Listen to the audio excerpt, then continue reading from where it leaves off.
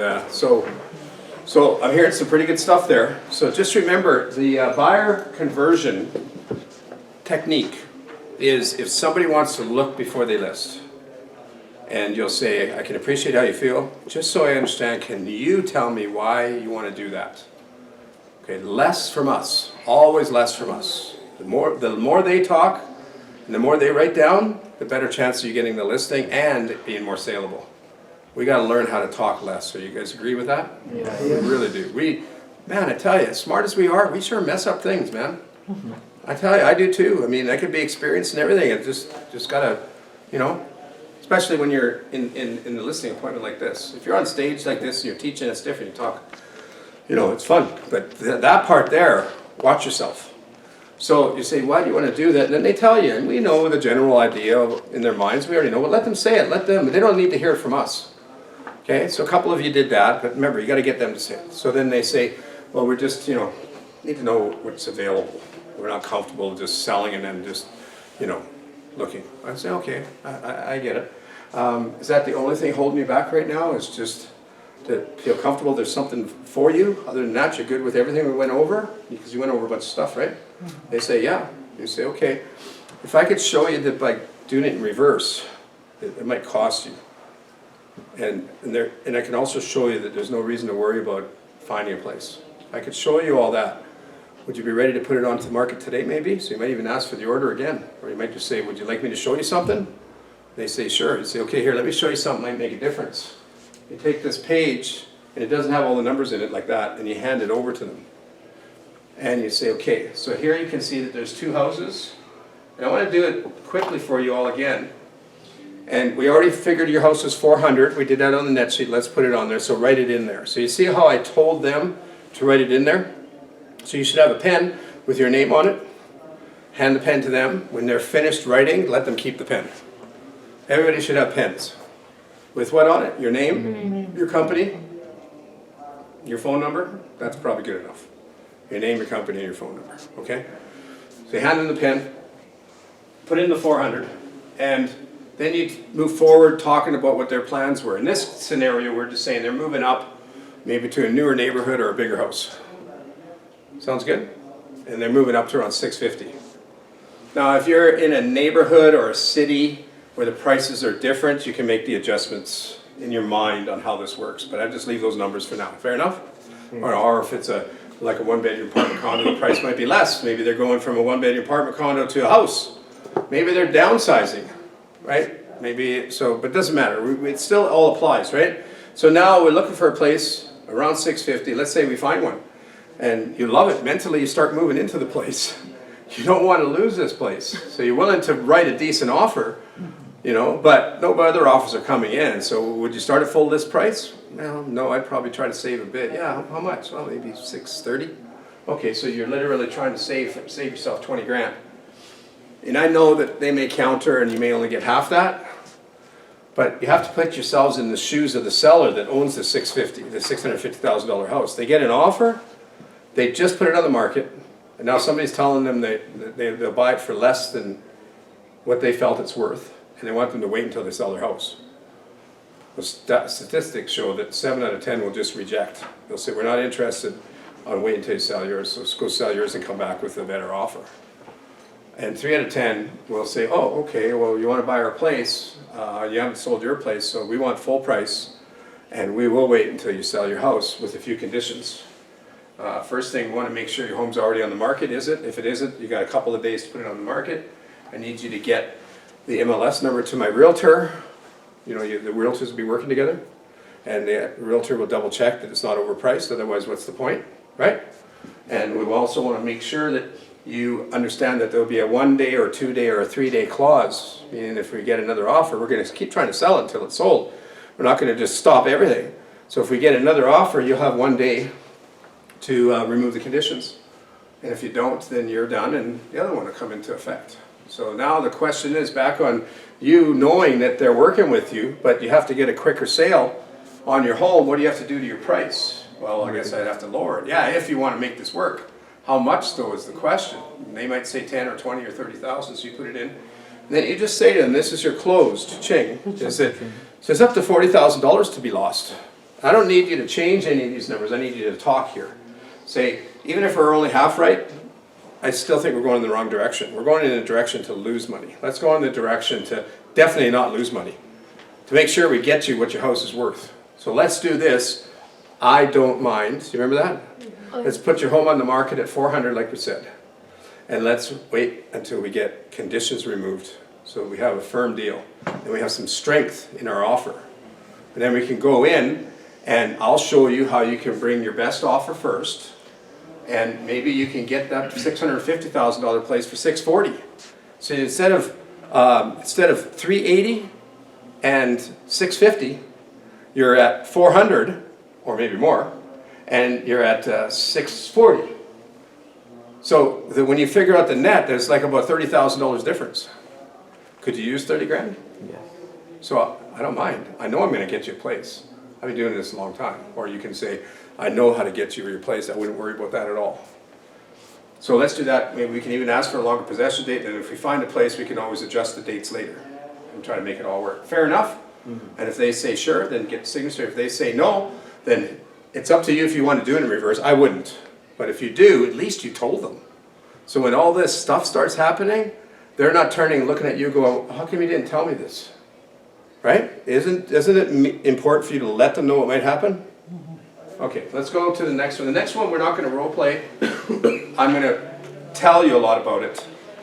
But let me finish up with the buyer, not the buyer conversion, but they want to look before they list. So remember the buyer conversion, like I said, and you're saying that doing it in reverse, dream home, and all that kind of stuff. But the feel, felt, found, back here. Let's see, there, feel, felt, found on page E12. You don't have to go there, I'll just tell you what it is. So you know that long dialogue that you had that you may not remember? I appreciate how you feel just so I understand and all that kind of stuff. Feel, felt, found might be easier to remember that you could use sometimes. And it's just, I understand how you feel. So remember you said, I appreciate how you feel? But you say, I understand how you feel. Others have felt the same way until they found out what I'm about to show you or how I helped so many other people. And you may have a list of customers the company has and testimonials and referral letters, but it's feel, felt, found. It's just, I understand how you feel. Others have felt the same way until they found out what I'm about to show you. So it's a shorter version. The Ben Franklin, page E13, is where, anybody know who Ben Franklin was? Anybody here ever heard of him? Yeah. Yeah. Anybody know who he was? Yeah. Just take a guess. It was Ben Franklin. Ben Franklin, he was an American, and he had a, one day he was out with a kite. Have you heard of this story? yeah. He had a key hanging off it. What happened? He realized how he could harness what? Electricity. Electricity. Yeah. And was he one of the presidents? No. No. He was one of the founding fathers, and he is known for that, and lots of books. So a fairly smart guy, yes? Yeah. Okay, we would assume, yes? Okay, and so he says, take a piece of paper and draw a line down the middle and put yes on this side and no on that side. So if somebody's sitting there and saying that they just want to look before they list, or if they're trying to make a decision on something, go do the pros on this side and the cons on this side, whichever one is more, that's what you go with. It's kind of a simple version of trying to figure something out. I actually was coaching somebody the other day, and she's thinking of, I think, creating a BNI group. You guys know what that is? No. Business network group. They're all around the country, in Calgary, and it's for referrals and everything. She's in Vancouver, and she was thinking of doing it, and she was going all over the map. Should I, shouldn't I? And I just said, hey, let's do the Ben Franklin close. Yes and no's, and then it just turned out, now it looks like it's a yes. But anyways, that's that one there. So, the next one is, we do not want to do a 6-month listing, and yours it says we do not want to have our home listed for 6 months. I just changed the wording a bit because yours sounds like they don't want to list for 6 months, but we already went over the fact they want to wait, right? So it's not, that's not what that means. It means they don't want to do a 6-month listing. Are you guys with me? Yes. Yeah. Okay. So the first one was the average sale time. So take a look at page E15. If you take a look at that, you'll notice that you probably already filled it out. And did you? E15? Yeah. Yeah. Do you recall this from last week? Yeah. Yes. So I don't really have to get us to role play or nothing. I think I have it on here just to show it for the recording. So it looks like this. So just to remind you, I don't really want you to list it for 6 months. You know, having it listed until May 22nd is a long time. And you would say what? What's the first thing you'd say? I appreciate how you feel. Yeah, I appreciate, or I understand how you feel, or I appreciate how you feel. Just so I understand, what's the concern on that? Let them tell you. What might be that some of their concerns about not wanting to do a 6-month listing, maybe do a 3-month instead? What's their concern? Tell them, give me one. I want to sell it quick. You want to sell it quick, so it shouldn't, 6 months don't matter? 6 months, yeah. Any other concerns? No? I've heard sometimes sellers will say, I think you're just gonna sit on and try and get leads for a while, and then when you run out of time, then you start working it, right? So they're kind of on to the people that buy listings, the ones that just want inventory for leads. Okay, so would you just fold like a cheap lawn chair and get a 3-month listing? Before this course you might have, or other people might, but you guys won't, right? Because you know that you can do something as opposed to nothing. And so you say, okay, here, let me show you something that may make a difference. And that page, you'll hand it over to them. Remember that? The day that you're sitting down putting in the numbers is the day that you're doing it wrong. It's when you hand it to them. So I just want to let you know that the board here says the average sale time is, you guys know now? What did it says 60 in our book. No, that was just an example. I want to know what your board really is. Because I asked you to check a couple weeks ago. I said, make sure you check. Did anybody check? No? Okay, I wish I knew. Okay, so we just put in 50 or 60 days. You really should know what it is, okay, gang? You really should know. And you know what? That usually doesn't include the closing date, cha-ching. It just includes the date the conditions were removed. And that's the average time, so 60 days to get conditions removed. But sometimes conditions need to be extended. So can we do this form as worst case scenario, Mr. and Mrs. Seller? Yes. Okay, so we'll do the 60, and then maybe add a couple of weeks in case the conditions have to be extended for some unknown reason. Just worst case scenario. Okay, because they're asking, they're saying I don't want a 6-month listing. They want it to be in their place by January 15th, so they can't figure out why I would even want it even more. But I still want to tell them that nothing's for sure in life. I'm going to do my best, but just in case, you know, I don't want to fail and then still not have a chance to do it, even if it's late.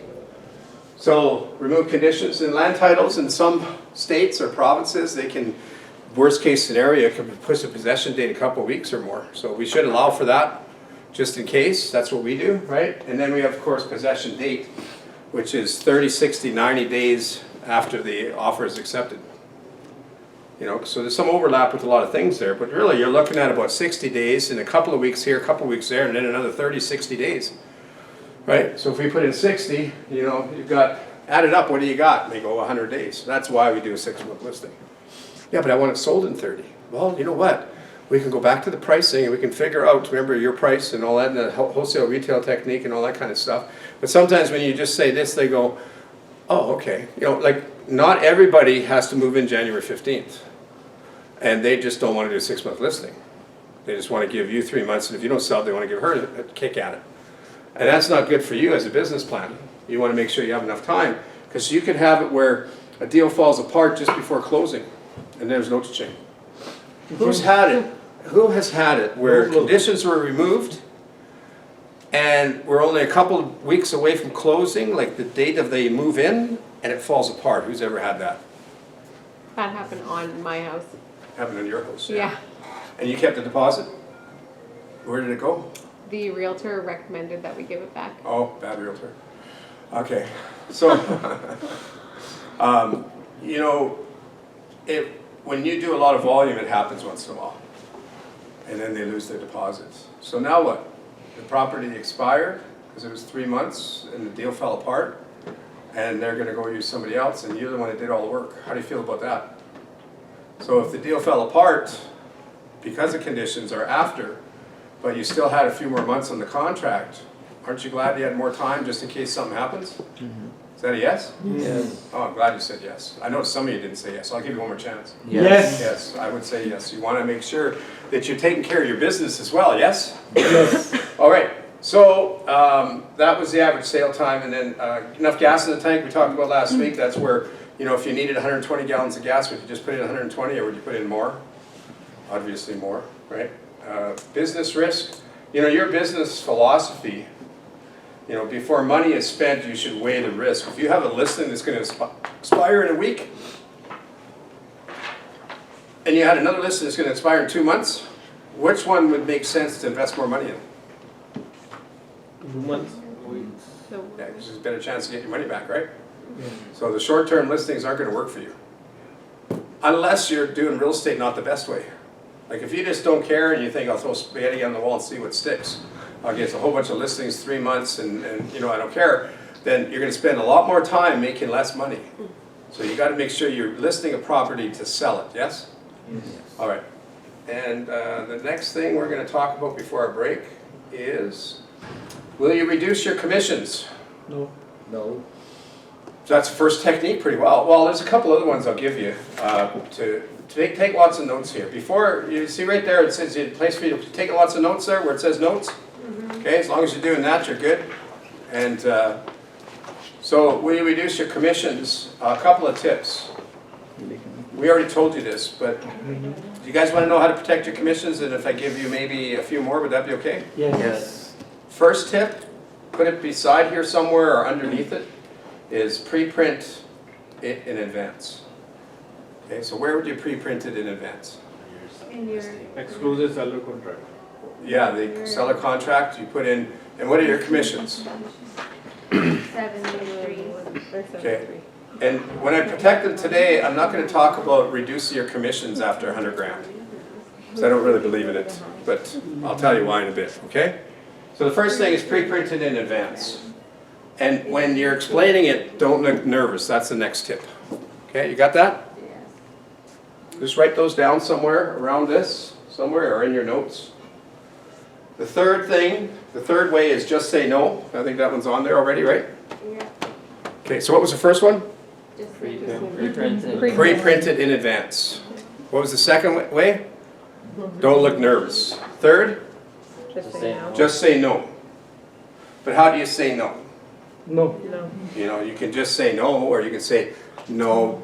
Do you have any other questions? Like, you see how I expanded on a bit, acted it out a little bit? You know, would you cut your commissions? No. But do you have any other questions? And it might look a little bit serious. I mean, if they did ask you to cut your commissions, I mean, one time I did this. I don't even teach this. I don't know where it came from. But this one guy, I had his house listed, and he said his daughter wants to list his house, her house. And we're sitting at the kitchen table, and he says, and you give her a deal, right? And I went, what? And he went, oh no, I was just kidding. And I went, okay. And it was weird how I reacted without thinking. And it worked. That's the same as just say no.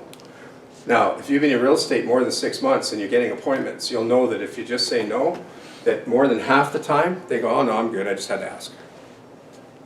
And they're fine with it. If you're new, you won't be able to relate to that. But have you ever had that, Peter? You just said no, and they said, oh, I just had to ask. Yeah. Yeah, and it's quite common, isn't it? Yeah. More common than you ever imagined. So remember to just say no, or just say, no, I don't do that. And they'll say, okay. Now, if you believe that everybody's going to give you a hard time for your commissions, you will be right. You will create it just by your own energy, your own facial expressions, body language, all that stuff. You really can be your own worst enemy, especially for commissions. Okay? Now, I mean, and to say if there's anybody in their mind that's thinking, I'm getting into real estate, I'll give people a deal so I can get more business, and I'm going to blow that right out of the water when I continue on with the rest of the reasons why you should protect your commissions. Because you're going to go, holy cow, now that I'm aware of this, I don't know if I can cut my commissions. I would just drive me nuts. I would be upset about it for weeks. So if you really want to cut your commissions, then I'll give you 10 seconds to leave the room. Because what I'm about to give you, the awareness, will mess you up forever. You'll never be able to cut without it driving me nuts. So 10, 9, 8, 7, 6, 5, 4, 3, 2, 1, 0. So you're all in now. Awareness can be a real, tell you. So pre-printed in advance. You explain in the forms or the net sheet or whatever you say our commissions are 7% and whatever else, you know, and we do this, we give half to that. You know, any questions? Most of the time they go no. You say, okay, and don't look nervous. Make sense?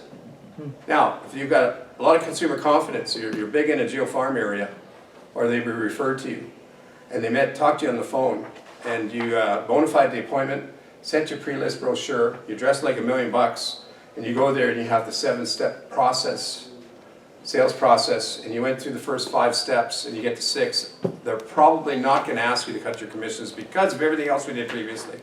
We built way too much value for them even to consider it. And if they did ask, they'd just say, I just had to ask, when you said no. So 9 out of 10 times you're either not going to get asked or they're just going to say, we just had to ask, and that's it. How do you feel about that? So I just proved to you, you don't have to cut. Second of all, for the 1 out of 10 that still ask, you know, you can say, okay, I appreciate, actually I don't appreciate, you know, so you watch how you say that one, right? So you say, just so maybe you skip that first one. So you say, just so I understand, why do you want to cut the commissions? And they'll probably say what you expect. Well, if I can give me a deal, I can net more here, and then I can help buy a house, and I can do, and they got all good reasoning behind it, okay? You say, okay, so is that the only thing holding you back right now? So you see all those words again? Yes. Got to make sure. So you're good with the price, you're good with the timing, you're good with the 6 months, because you know that's not what we're talking about now. It's just you want me to do it for less. And they say, yeah. I say, okay, well here, let me show you something that might make a difference. Now, what I'd like you to take out is we're going to role play the commission bonus in a second, but don't go there yet. I just wanted to give you a couple more in between the just say no and the commission bonus. Can I do that? So sometimes they'll say, I don't understand why you can't do it for less, because XYZ Realty, they can do it for 5%. So why can't you? And break this down. It's called the Morals technique. M-O-R-A-L-S. Okay? Morals technique. And you can just say to them, you know what, if I could have done it for 5, I would have told you right up front. I'm not going to say 7 and then later tell you a different number. To me, that'd be like lying. I always tell you everything up front. So that's the Morals technique. Sounds good? Okay. And then you want to move towards the commission bonus, and you want to say, okay, here, take a look at this. And you want to hand this page over. This is one you're going to role play. Everybody can see it? And all you do is say this. So, first thing I want to ask you is what it says on top there.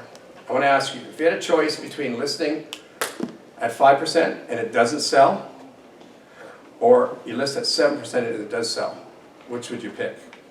And hopefully they'd say, well, I don't really want to, but if I had to, I'd pay 7, because I have to sell. So now you got a good seller, yes? If they say, I don't care if it takes 10 years to sell, I'm never paying more than 5%, say thanks for having me over, and then leave. Simple as that. Or you can continue on showing them more stuff, but let them know that you maybe are not going to help them, okay? And you say, okay, imagine this. Imagine you had 6 listings. Imagine you're a realtor and you had 6 listings. 2 of them are paying 7%, 2 are paying 6%, 2 are paying 5%. Typically, when we look on MLS, it wouldn't show it like that. It would probably show 4 or 5 that are at 7%, and just 1, maybe 2 that have a discount. So the majority will be 7. But if you are a realtor, which one of these, and you just read what's on the bottom, which one would you try to sell first? 7%. Why? More Well, commission. to get more money. Less That's time. just human nature, right? Yeah, so the thing is that you would actually be trying to sell your house last. Because you said you wanted to do 5% like XYZ. But as a realtor, you'd be trying to sell this one first. So hey, I got an idea here. Let's take, and I want you, when you role play, I want you to get the other person to write this down, or at least you write it down and talk about it. And you say, let's change this. And you go over the 5 with your pen, change it to an 8. Okay, don't do it now. This is when we role play, okay? You say, okay, I'm going to change this to an 8. Now, which one of these properties do you think would you try to sell first? 8. Yeah, and guess what? Most of the industry would be out there trying to sell it too because of the extra bonus. And it's such a small amount compared to the sale price. So let's do this. Let's go at 8%. And in a minute, I know there's some other things to talk about the commissions, and we'll get to that in a second. Just let me finish this part here. And so you'll say, let's do this, I don't mind, and it might work. So I'm going to get you to role play.